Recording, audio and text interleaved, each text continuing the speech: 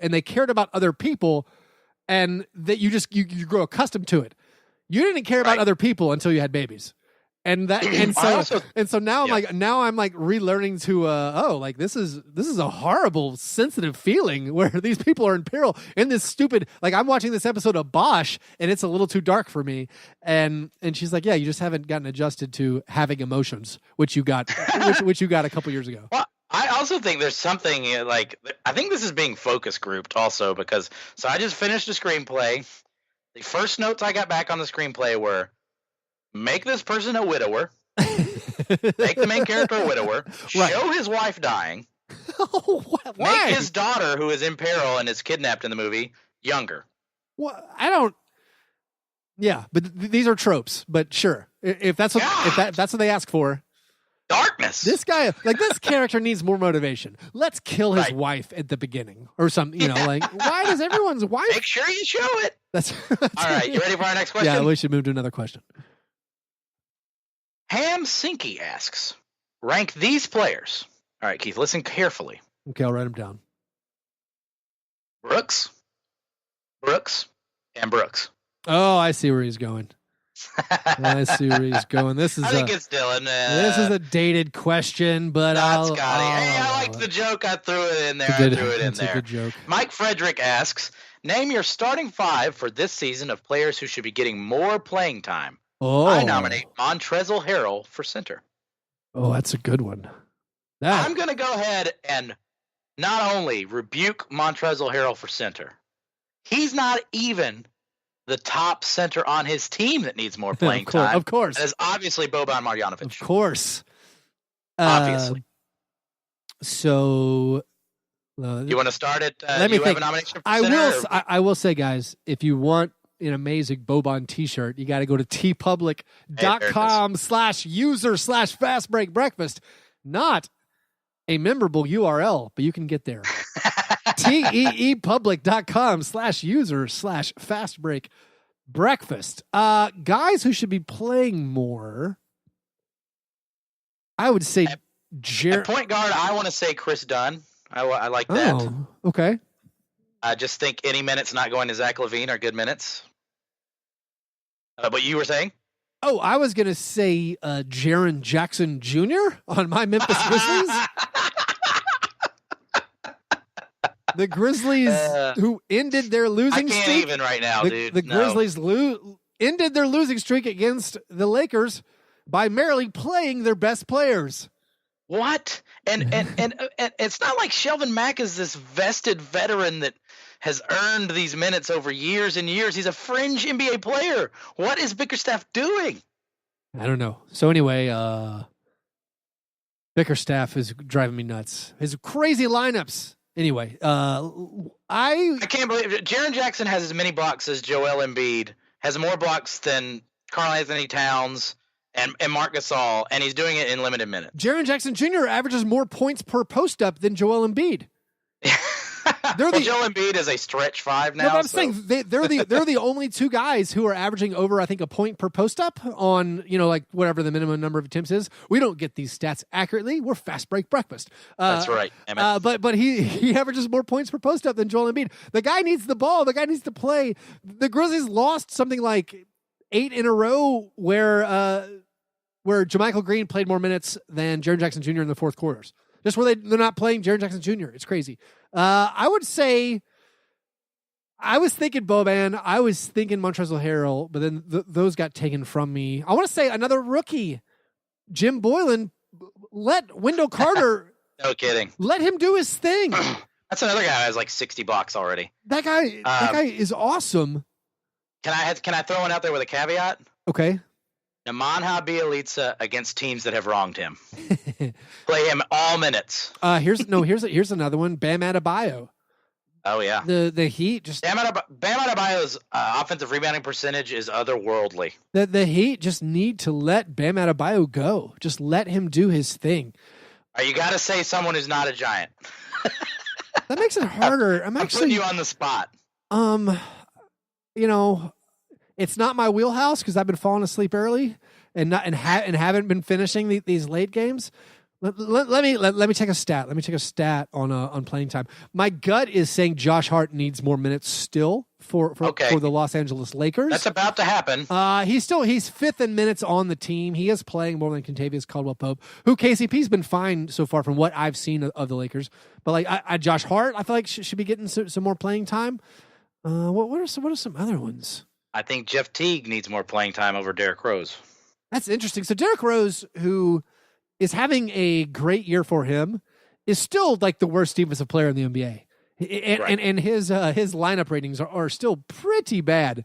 Jeff Teague's assist percentage is at like 36-37% right now. He's playing good basketball. They're a better team when he's on the court. It's easy to look at Derrick Rose's numbers and feel like this is sustainable considering the on-off stuff, but this is a team that's still losing more games than they're winning and is so bad on defense that they need a stabilizing force, especially in the backcourt. I know. I'm pretty sure Mike is who asked the question. He's a Mavericks fan, so I don't know if he's looking for a Mavericks answer. Maxi Kleber. I would say Maxi Kleber, and also like secretly the Mavs' best player, JJ Barea. Right. You can't play him too much. That guy is unbelievable. Oh man, Dirk Nowitzki coming back is almost bad for the Mavericks. Like, probably. They don't need him to play, or maybe DeAndre Jordan could probably play less. Maxi Kleber makes me laugh though. Him getting those weird blocks like Dwayne Wade blocks all the time. Oh man, cracks me up. Let's go to our last question. This is probably from my favorite member of our community. John Burr asks, "Is it okay for me to proclaim Brett Brown as my new Dwayne Casey yet? I.e., this is a coach that I'm convinced sucks balls despite an indisputable level of success." Well, that's interesting, John. I would not characterize. I hate Dwayne. I hate Brett Brown. Oh, I think Brett Brown sucks. I would not characterize Brett Brown as having an indisputable level of success. Okay, everyone seems to love him, and everyone thinks he's made like lemonade out of lemons. I think he sucks. I think like the way the team plays is insane. I don't get it at all. I know you're going to keep defending JJ Redick, but he's terrible and so bad in high pressure situations, except for like the 4. How many shots did you use? 14 shots? I don't remember. Out of a career. They don't run the pick and roll with the best pick and roll big man. The pick and roll they run is with JJ Redick, who can't run it. They don't run it with Jimmy Butler, who could run it. They play the weirdest ISO ball with Butler. Well, all right. I mean, it's so bad. Here's where I'll start. Okay. Well, a caveat. I know I shouldn't be weight shaming people, but Brett Brown's gotten heavy. Stress eating. He's stress eating. Brett Brown is probably the most handsome NBA coach. He's Silver Fox. He is unbelievably handsome. Right. Robert Redford level. You know that Paul Newman. Actually. You know that photo of him playing ping pong where he's like it's like the athletic photo of the year from 2 years ago. Right. Yes. Unbelievably handsome man, like glowing with sexuality and attractiveness. The man has put on pounds. He's got this heavy winter beard going, trying to cover up the jowls. So I think he is a better looking Chris Christopherson. Yeah, sure. So I can accept the criticism of him that the Sixers, he's not doing a great job with what he has, but I think there are plenty of excuses built in. Like their roster is so shallow. They have these elite players, and one of them, Ben Simmons, into games, it's a mess. That game on Christmas, which we could have avoided all this consternation among Sixers Nation had they not been playing. If they'd set some decent screens and actually gotten JJ Redick wide open looks he could have buried. And it's like they had some. JJ Redick had many chances to put that game away. He did, but they were some really terrible screens set for him. Like people know they're doing. And Ben Simmons just disappeared at the end of games. Joel Embiid stopped getting the ball. So like their roster's kind of weird. Once again, Wilson Chandler was like the glue guy. And we've been saying it for a while. Wilson Chandler can't be the key to this team. They gotta have something else. So I'm not gonna take a position here. I understand the criticism of Brett Brown. I don't feel like he's proven anything. Like, we don't know what he can do. We know he can manage a team through hard times. He's done that. Like, can he help them win? Can he maximize this talent? Can he help this fit of Jimmy Butler, Ben Simmons, and Joel Embiid, which is not ideal? Can he help that to grow and become a dominant team, a team that makes it to the second round or the third round of the playoffs? I don't know. But I do know he's stress eating, and it bothers me. I mean, I get it. And look, would I hire him along with Robert Redford to be two grifters to pull off the ultimate con against Robert Shaw? Absolutely. Would I hire him to write one of the all-time great songs made famous by Janis Joplin?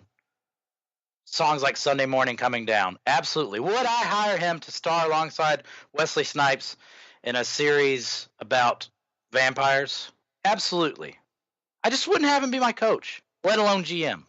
I just don't like the way the team's put together. Also, important part of this question, I am irrational about coaches. I still haven't forgiven Dwayne Casey, but I have to move on. I'm taking Brett Brown as my new Dwayne Casey. That's the answer to the question. This has been our Croissant questionnaire. Actually, John, I got to follow up. So you said last question. I think this is a great follow-up. One more final question. Is this the Ben Simmons question? Yeah. Cashless Clay asks, if Giannis and Ben Simmons swap teams, is Giannis still an MVP candidate playing alongside Embiid? And I will add Butler. Does Simmons dominate in Milwaukee's system? Does the swap make either team better equipped to beat the Raptors? This is a fantastic question and incredibly interesting. I'm stumped, though. I feel like on the Sixers, Giannis is still an MVP candidate. Yep. I feel like there's no downside to playing with Embiid. I don't think Embiid has to be ball dominant or anything like that. I agree with you. I guess this question really comes down to the enigmatic nature of Ben Simmons, because I don't feel like Ben Simmons is necessarily in a bad position. I feel like Ben Simmons is in a bad, he's in a awkward phase of his career.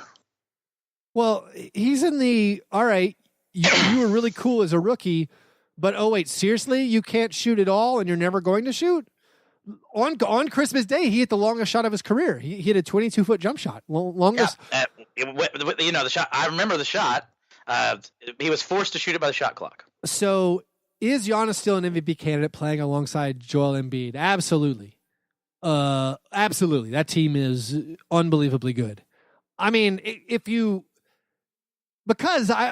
it's not like Joel Embiid is holding back Ben Simmons. Joel Embiid, he's a post player. He likes being in the post, but he's a willing three-point shooter. There is some gravity when he steps out, even though he doesn't hit a high number of them. If you put... I have a final answer, Keith. I figured it out. If you put Joel Embiid, if you swapped Brook Lopez for Joel Embiid on the Bucks might not lose a game. I don't think the lack of spacing would hurt Giannis.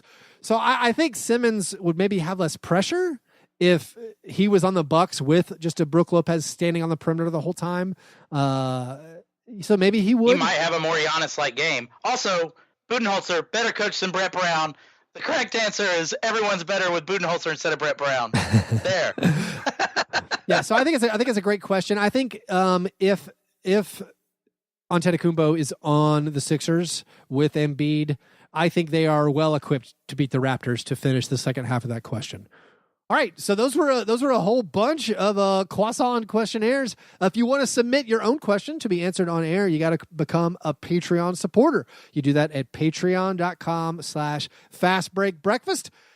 We kind of feel like also, if you're listening to this episode, you should join our Patreon and support the creation. Just $1 a month. $1 a month. That's nothing. Please. Patreon.com/fastbreakbreakfast. All right, to wrap up, let's move to the awards ceremony of the program. The International Stackhouse of Pancakes Award, given each week to the worst performance in a box score. We have a few honorable mentions. Al Farouk Aminu, 1 for 10. Donovan Mitchell, 1 for 10. Buddy Hield and Tim Hardaway Jr., 4 for 18. We have 3 nominees as they occurred chronologically through the week. Russell Westbrook and a win back against the Jazz. 3 for 17.